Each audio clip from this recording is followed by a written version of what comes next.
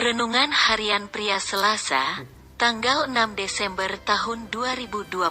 Hidup dalam kehendak Bapa. Yohanes 4 ayat 34. Kata Yesus kepada mereka, "Makananku ialah melakukan kehendak Dia yang mengutus aku dan menyelesaikan pekerjaannya."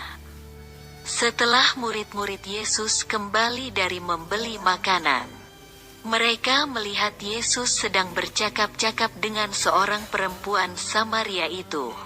Dan mereka tidak berani menanyakan kepada Yesus apa yang mereka bicarakan.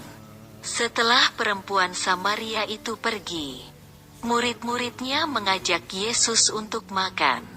Akan tetapi Yesus mengatakan kepada mereka bahwa makanannya adalah melakukan kehendak Bapa. Apakah Yesus tidak butuh makanan untuk tubuhnya? Pasti Yesus membutuhkan makanan untuk tubuhnya.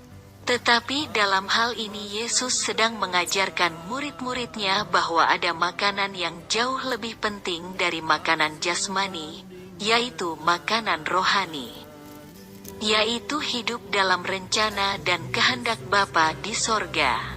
Kebenaran yang Yesus ajarkan kepada murid-muridnya juga berlaku bagi kita anak-anaknya.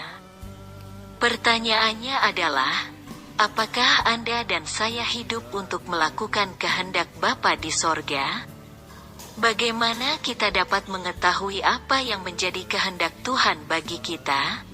Memang ada kehendak Tuhan secara umum dan juga ada kehendak Tuhan secara khusus bagi masing-masing kita.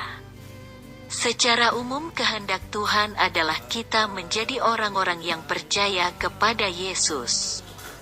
Dan sebagai orang-orang percaya, kita harus hidup memuliakan nama Tuhan dan menjadi kesaksian serta berkat bagi orang-orang lain.